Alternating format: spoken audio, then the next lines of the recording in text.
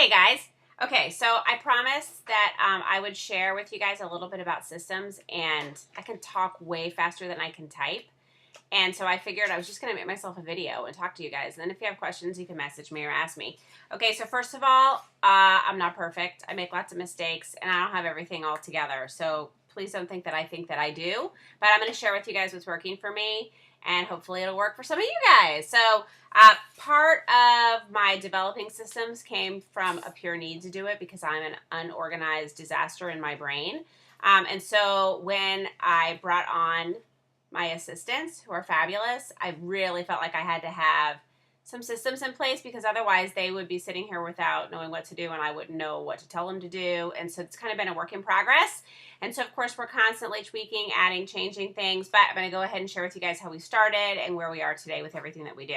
So I do love the computer, but I'm a paper and pen kind of girl. So all of my brainstorming and work that way happens by me talking about it and then writing things down. And then, of course, my assistants can make it look all cute, typed up and adorable, but I don't really usually do that part.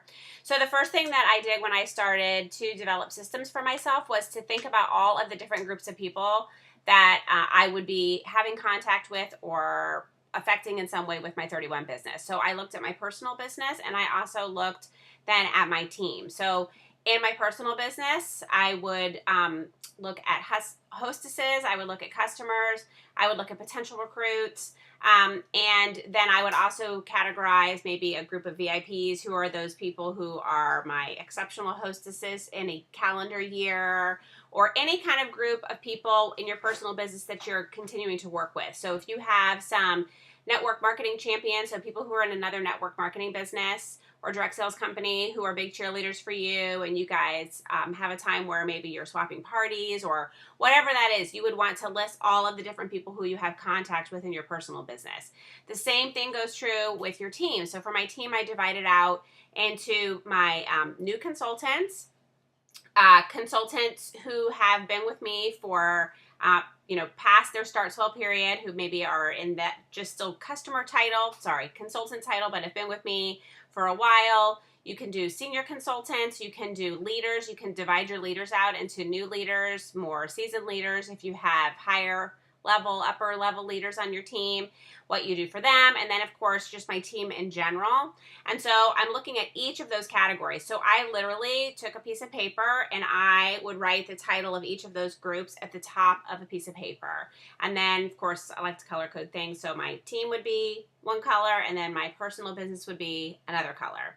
Okay, so then once you have done that, then how I would start would be to write down everything that you're already doing. And so I even encourage my newer directors to do this when they're developing systems. We do it exactly like this. I don't want them to take everything that I do and just put it on a piece of paper and then say that that's what they do too. I want them to really think about what are they already doing, because I'm sure they're doing things that are working. So I want to go ahead and reinforce that you want to spend time making sure that the things that you're doing, that you're refining that system to make sure that it's consistent and your communication is consistent and that you've really tied it into a big pretty bow. And then of course you could go ahead and add things to your plate. So that's what I would encourage you guys to do too. So for each of those different groups of people, I would write down all the things that you're doing for each of those groups. So for example, a potential recruit, are you sending them a packet in the mail? Are you sending them an email? Are you making a welcome phone call?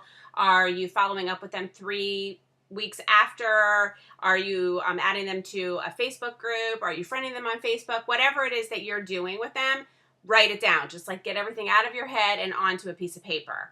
Okay, so I did that for every single group that I am in contact with, whether it's my personal business or my team. And so when I had done that, then what I did was, and again, this is just what worked for me, is following with 31, Celebrate, Encourage, and Reward. I went back and I categorized each of those activities or things that I was doing as either a celebrate activity, an encourage activity, or a reward activity, just so that I could see how balanced I was. Now, this is something that I chose to do for me just because I wanted to see, am I spending a lot of time really celebrating my girls, but not maybe as much time training them? Am I spending way too much time just sending a little gift in the mail? But it's a little bit eye-opening because that way you can see how you're spending your time currently. So for me, anything that would be celebrate would be any kind of shout out, celebration, or recognition. So whether that's through the mail, through a newsletter, through a weekly memo, on a Facebook wall, whatever it is that you're currently doing. For encourage, anything that's in that group, I would say anything to encourage them. So it would be giving them information, training, whatever you're doing in that encourage bucket to kind of keep that momentum going, keep those people engaged. And then the reward group is anything like that's tangible that they're getting. That is, in my mind, how I categorize it. Again, there's no right or wrong way to do any of this. This is just for me what worked. So what happened as a result of that is I was pretty quickly able to see with which groups of people I needed to implement maybe more celebration, more encouragement, more reward. And so some groups were way off balance. Other groups, there's just going to be a little bit for each, and that's normal too. So that way I would be able to say, okay, these are some areas where I really feel like I need to spend a little bit more time in developing systems so that my overall, my personal business is very level and equal, and then also my team business is very level and equal. So once I had done that, I did then put them in columns. So like celebrate, encourage, and reward for each of those different groups, and then took the time to go ahead and list those activities. Okay, so then the fun part comes. That's when we were able to develop some task lists or systems for each of those different groups of people and for each of those items in the celebrate, encourage, and reward checklist. So for example, if I have for a hostess, one of the things that would fall under the encouragement bucket for a hostess for me would be my hostess coaching experience. So then what I would do is I sat with my assistants and then we talked about what is involved in the hostess coaching experience. And we literally wrote out step by step by step what is involved in that experience. So of course that means putting together a hostess packet, me setting up a date to meet with her, anything that's going to be a part of what you're doing. So that way you have it down on paper. And then on paper, we were able to backtrack that. So then we were able to say, okay, what do we need to do to be able to make sure that we have that hostess packet, all of those contents? So of course, that means we have to make sure we have catalogs and we have everything printed. So we have some of those activities. And then what we found was that, of course, just like with everything else, there's going to be certain things that you're continuing to do on a regular basis. So then we took a regular calendar, looks like this. And so then on the calendar that looks like this, I'm able to go through and we are able to mark certain activities that are going to recur every single month. So for example, business supply orders. We are looking at our business supplies. We have a checklist of everything that we look for business supplies, and that happens every week. So that on Friday, one of my assistants, they know that on their little list of things to do on that Friday is to quick do a little check. Do we have all of these items? Do we need them so that we have them for, you know, a hostess packet or a potential recruit pack or whatever?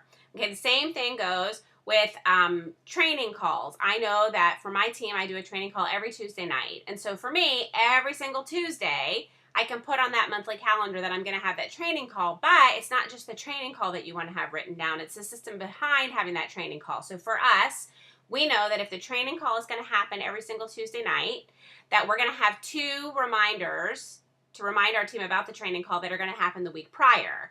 We also know that before a monthly training call schedule goes out, that we have to create the flyer, that we mail out a flyer, that we post it in the Facebook group, that we put the recorded call after the training up on our team website, that we put it in the Facebook group. So any of those activities that you have, where you have that listed on those initial pieces of paper, you just want to take that activity and backtrack it. So I can't specifically tell each of you what that's going to look like, because for all of you, it's going to be a little bit different based on what you do.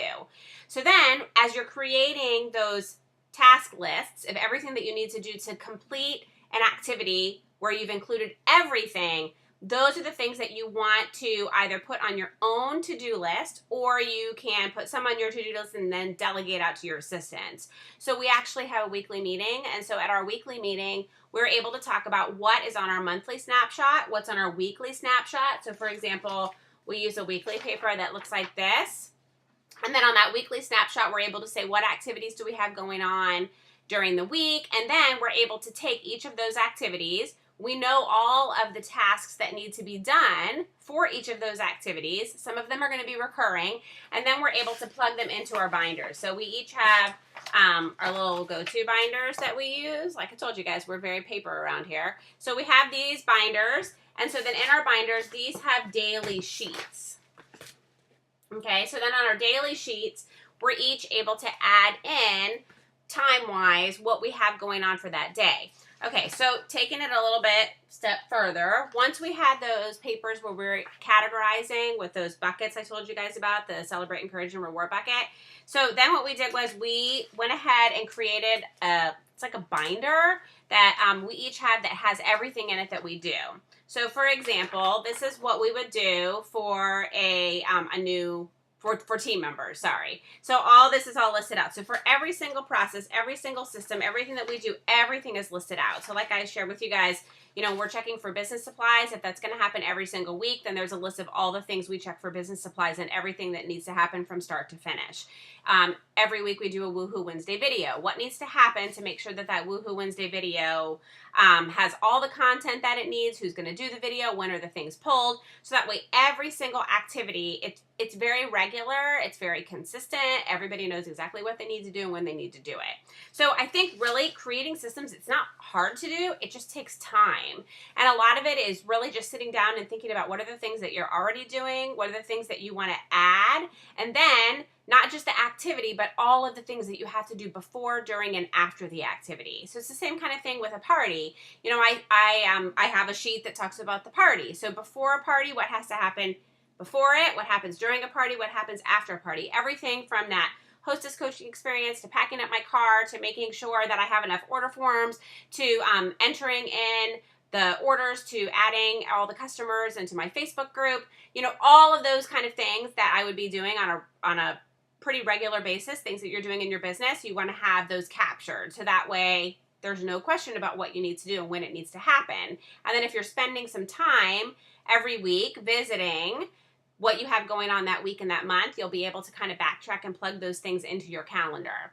Okay, the other thing is that we have a couple things that happen just maybe once or twice a year, but we have, we know based on our yearly snapshot when those things are going to take place. So once a year I have a customer and hostess VIP event. Once a year, I have a customer and hostess appreciation lunch. So those things are always set the month where we're going to have those. And so then we know what activities, what tasks have to back up and what month those things need to happen in. So we always have, we always know what the whole year looks like, what the month look like, what the weeks look like, what the days look like. I hope that helps you guys. But really, it wasn't hard to do. It just took time to do it. I'm happy to share with you guys, you know, what I do. Not that it's perfect because I still have a lot of room to grow, but definitely I think it has been one of the best things that we have done for our business in general, that I've done for myself. It helps to keep everybody on the same page. It keeps all of the expectations totally clear and consistent, and everybody knows what their role and responsibility is. If for some reason one of my assistants is out, another one of my assistants knows what to do because everybody knows who's doing what and how it's going to be getting taken care of. If it's just you, then that's great because it's just, you know, you. And so you can go ahead and write down all those activities. And if at some point you're ready to bring on an assistant or somebody else to help you in your business, if you have all of those tasks written out, then it'll be very easy for you to be able to delegate certain activities, certain tasks, especially if you know the regularity at which they happen. So I hope that helps you guys. And I'm sorry it took so long for me to post. If you guys have any questions, let me know. All right, bye.